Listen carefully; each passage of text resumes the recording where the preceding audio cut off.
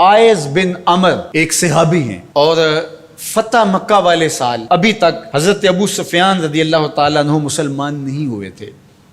تو کسی نے ذکر کیا تو اس نے ابو سفیان رضی اللہ تعالیٰ عنہ کا نام پہلے لیا اور آئز بن عمر کا نام بعد میں لیا.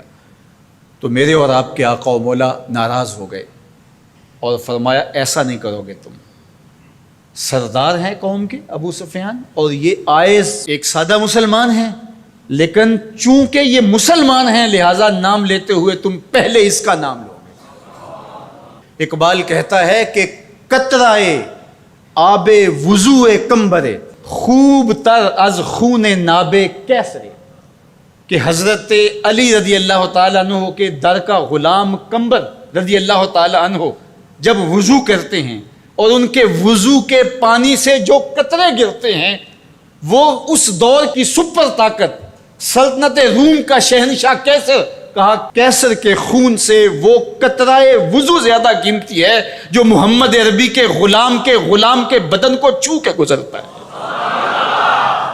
تو اسلام کی ایک اپنی انوکھی شان ہے، اسلام کا ایک اپنا مزاج ہے. لیکن مانوسیت تحریک نے ایک نعرہ بلند کیا 14ویں صدی کے آغاز میں کہ وحدت ادیان کے ذریعے سے لوگوں کو قریب کیا جائے، اور ان کا مقصد کیا تھا کہ مسلمانوں کو تذبذب کے اندر مبتلا کیا جائے. ان کو کہا جائے کہ دیکھو سارے دین کے ماننے والے لوگ ہیں، سب کو حق ہے، عمل کریں، کوئی حرج نہیں ہے، اور ایک دوسرے کے قریب ہوں، ایک دوسرے کے پاس آنا جانا رکھیں. اس طرح کے کچھ نعرے تراش کے جو ہے وہ ایک فکر انہوں نے دینا چاہی. اور یہ فکر 14ویں صدی کے آغاز میں ہی نہیں تھی بلکہ 14 صدیاں قبل کفار مکہ نے بھی حضور کی بارگاہ میں حاضر ہو کے کہا کہ ایک سال ہمارے بتوں کی آپ عبادت کر لیا کریں اور ایک سال آپ کے معبود کی ہم عبادت کر لیا کریں گے.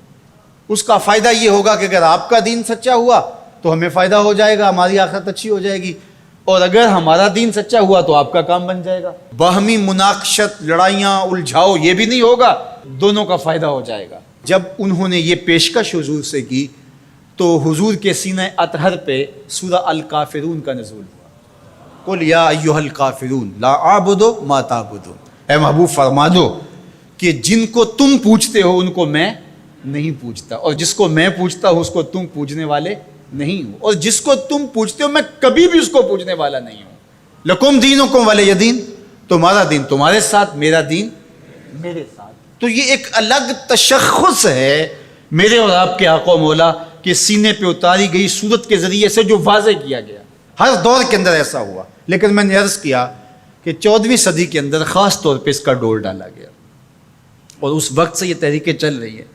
اور بڑے بڑے نام ہیں، ان میں سے کچھ نام آپ بھی جانتے ہیں جو نادیدہ یا دیدہ طور پہ اس فلسفے کے زیر اثر آئے اور انہوں نے یہ تبلیغ شروع کر دی جو اسلام کی بنیادی فکر کے منافی ہے. گزشتہ دنوں پاکستان کی قومی اسمبلی کے اندر ایک مندر کی تعمیر کے حوالے سے جب بات چلی تو ایک صاحب نے کہا کہ کسی دین کو کسی دین پر کوئی برتری حاصل نہیں ہے، کہ میں مغرب میں ایک گرجا گھر میں نماز پڑھی ہے اور انہوں نے مجھے اجازت دی ہے. وہ تو چرچ فروخت کر دیتے ہیں تو آپ مسجد فروخت کر دیں گے؟ وہ اپنا دین ترک کر چکے ہیں، وہ تو ان کی خواہشات کا مجموعہ ہے، تحریف راہ پا چکی ہے، اور انہوں نے ان خواہشات کے نتیجے میں جو مل بیٹھ کے فیصلہ کر لے اس میں وہ اپنی عبادت گاہ کو بیچ دیتے ہیں. تو کیا ہم اپنی عبادت گاہ کو بیچ سکتے ہیں؟ ہم کہتے ہیں جی وہ دیتے ہیں تو ہم بھی دے دیں. یہ کیا بات ہوئی؟ اگر آپ نے ان کی رواداری دیکھی ہے تو ذرا اس کو اپنے سیاسی کلچر کا حصہ بنائیے، تھوڑی سی وسیع و ظرفی کا اظہار کیجئے. مسلم لیگ کے دفتر جو ہیں وہ تحریک انصاف کے لیے کھول دیجئے کہ آپ یہاں اجلاس کر سکتے ہیں، اور تحریک انصاف سے کہیے گا کہ وہ پیپلز پارٹی کے لیے، ان کو کہیے گا کہ آپ نون لیگ کے لیے اپنے دفتر کھول دیجئے. وحدت ادیان تو بعد میں ہوگی، وحدت سیاست تو ہو لے پہلے. تم سارے مسلمانوں ایک ملک کے رہنے والے ہو تو پتہ چلے جی یہ بڑے وسیع و ظرف ہیں. وہاں تم اپنے لیڈر کے لیے مر جاتے ہو، اور اسلام کوئی یتیم مذہب ہے؟ یہ محمد عربی کا لایا ہوا دین ہے. تم اپنے سیاسی مفادات پہ کوئی کمپرومائز نہیں کرتے ہو. یہ کیا تمہارا فلسفہ کہ انہوں نے اپنے چرچ میں اجازت دے دی تو ہم بھی دیں گے؟ میاں ان کی غیرت اجازت دیتی ہے، ان کا دین جو خود ساختہ ہے، اور حضرت عیسیٰ کو چھوڑ کے جو انہوں نے اختیار کیا ہے، ان کی تربیت ان کے نفس نے کی ہے، اور ہماری مسجد کے حوالے سے تربیت محمد عربی نے کی ہے۔ ہمیں تو یہ بتایا گیا سامان مسجد نہ برائے سوختن نہ برائے فروختن، مسجد تو مسجد رہی، مسجد کے اندر جو ٹوٹی ہوئی چٹائی ہے آپ اس کو بھی نہیں بیچ سکتے۔ باقی وہ آپ کے لیے یا دو چرچ کھول رہے ہیں اور کہیں کہ وہاں نماز پڑھیں اور آئیں، وہاں ہمیں آپ کو اجازت دیتے ہیں۔ میں آپ کو ایک پیشکش کرتا ہوں کہ انہیں کہیں کہ تم بڑے وسیع و ظرف ہو مگر بہت کشادہ ذہن ہے، تو ہمیں مسجد کرتبہ میں نماز پڑھنے دیں۔ مسجد کرتبہ میں جو مسلمانوں کی بنائی ہوئی ہے، 10 مربع کلومیٹر پر پھیلی ہوئی وہ مسجد، اس کے باغات، اس کے احاطے، اس کے متعلقات اگر شامل کریں، حمام شامل کریں، تو 10 مربع کلومیٹر پر وہ مسجد تھی، اور 1400 ستونوں پر پھیلی ہوئی مسجد کا حال۔ اللہ اکبر! جب رات ہوتی تو اس زمانے کے اندر 7,500 مشعلیں اس مسجد میں چراغاں کرتی، 30 فٹ اونچا اس کا چھت ہے، اور آج بھی وہ دیکھنے کے قابل ہے۔ اقبال نے بے ساختہ وہاں جا کے کہا تھا کہ تیرا وجود مردان خدا کی دلیل، جنہوں نے بنایا ہے پتہ چلتا ہے کوئی تھا، تیرا وجود مردان خدا کی دلیل، وہ بھی جلیل و جمیل تو بھی جلیل و جمیل، وہ بھی جلیل و جمیل تو بھی جلیل و جمیل، تیرے ستون بے شمار تیری بنا پائیدار، شام کے صحرا میں جیسے ہجوم نخیل۔ تو وہ مسلمانوں نے بنائی ہوئی ہے، 800 سال مسلمانوں نے اندلس میں حکمرانی کی، اب وہ مسجد مسلمانوں کی تعمیر کردہ وہاں موجود ہے اور گرجا گھر میں تبدیل کر دی گئی ہے۔ 2008 میں مقامی مسلمانوں نے پوپ کو درخواست دی کہ جس رواداری کی، مذہبی رواداری کی آپ بات کرتے ہیں، اس رواداری کو قائم کرنے کے لیے ایسا کیا جائے کہ ہمیں بھی اس مسجد میں نماز پڑھنے کی اجازت دی جائے۔ یہاں گرجا گھر ہے، تصویریں لگی ہوئی ہیں، اور وہ آ کے عبادت کرتے ہیں عیسائی، تو ہم بھی ایک گوشے میں عبادت کر لیا کریں۔ مغرب جس رواداری کا پرچار کرتا ہے اس کا عملی ظہور ہو جائے، لیکن پذیرائی نہیں بخشی گئی۔ کہاں گئے وسیع و ظرف؟ تم کہتے ہو گرجوں میں نماز پڑھنے دیتے ہیں، تو وہاں 2 رکعت پڑھ کے دکھاؤ۔ 2011 میں اللہ نے توفیق دی تو مجھے شوق تھا کہ میں مسجد کرتبہ دیکھوں، بچپن سے پڑھتے آئے، مسجد کرتبہ کی یادیں خیالوں میں نقش تھیں۔ تو جب میں وہاں پہنچا تو وہ دروازے پہ بتا دیتے ہیں کہ یہاں نماز کی اجازت نہیں ہے، تو اب وہ مسجد جہاں قدم قدم پہ اہل علم اور اولیاء کی پیشانیوں اور سجدوں کے نشان موجود ہیں، اب مجھے تو گوارا نہ ہوا کہ میں جوتا پہن کے جاؤں، تو میں نے جوتا اتار کے ایک سمت رکھ دیا اور مسجد میں داخل ہوا۔ تو سیکورٹی کے لوگ میرے پیچھے بھاگے اور کہنے لگے کہ آپ یوں نہیں پھر سکتے۔ میں نے کہا کیوں؟ کہتے آپ نے جوتے اتارے ہوئے۔ تو وہاں تمام مذاہب کے لوگ آتے ہیں، آپ جانتے ہیں کہ ان کے لباس بھی مختصر ہوتے ہیں، تو میں نے کہا انہوں نے تو لباس بھی نہیں پہنے ہوئے، تو مجھے اس کی اجازت دیتے کہ میں جوتا اتار دوں؟ انہوں نے لباس اتارے ہوئے۔ تو وہ کہنے لگے جی نہیں۔ میں نے کہا مجھے بات سمجھاؤ کس طرح؟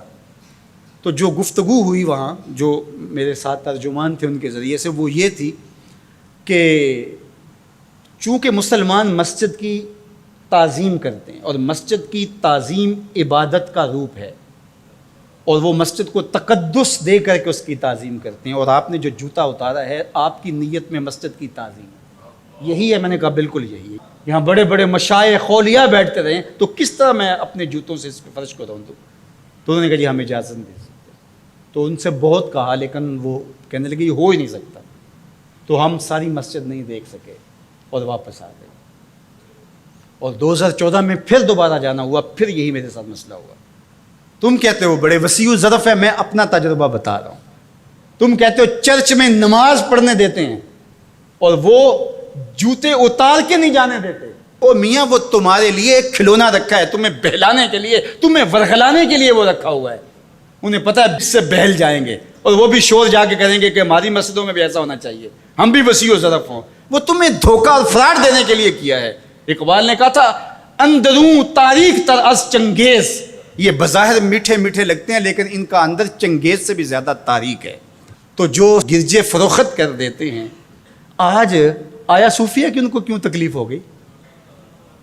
اور وہ سلطان محمد الفاتح نے خریدی ہوئی ہے، اور آج آیا صوفیہ سجدوں سے آباد ہو رہی ہے۔ آج وہ مسجد اذانوں سے پرنور ہو رہی ہے اور ماحول کے اندر وہ عجیب خوشیاں پھیل رہی ہیں۔ تو تکلیف اسلام سے ہے، وہ چاہتے ہیں کہ یہ تذبذب میں مبتلا ڈھیلے ڈھیلے مسلمان رہیں، خیر سے رہیں، ان سے کیا ہماری پریشانی ہے؟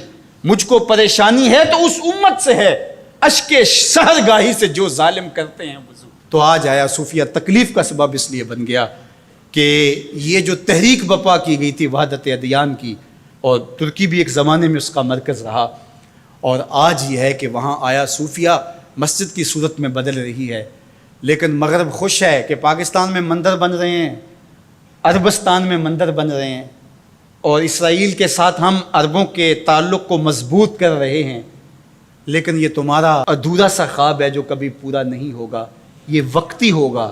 انشاءاللہ وہ وقت دوبارہ آنے والا ہے کہ پوری کائنات پہ جھنڈا میرے حضور کا ہی ہوگا۔ ملیں گے سینہ چاکانے چمن سے سینہ چاک، بزم گل کی ہم نفس باد صبا ہو جائے گی، شبنم افشانی پیدا کرے گی میری سوز و ساز، اس چمن کی ہر کلی درداش نہ ہو جائے گی، آسمان سحر کے نور سے ہوگا آئینہ پوش، ظلمت رات کی سیما پا ہو جائے گی، شب گریزاں ہوگی آخر جلوہ خورشید سے، یہ چمن معمور ہوگا نغمہ توحید سے۔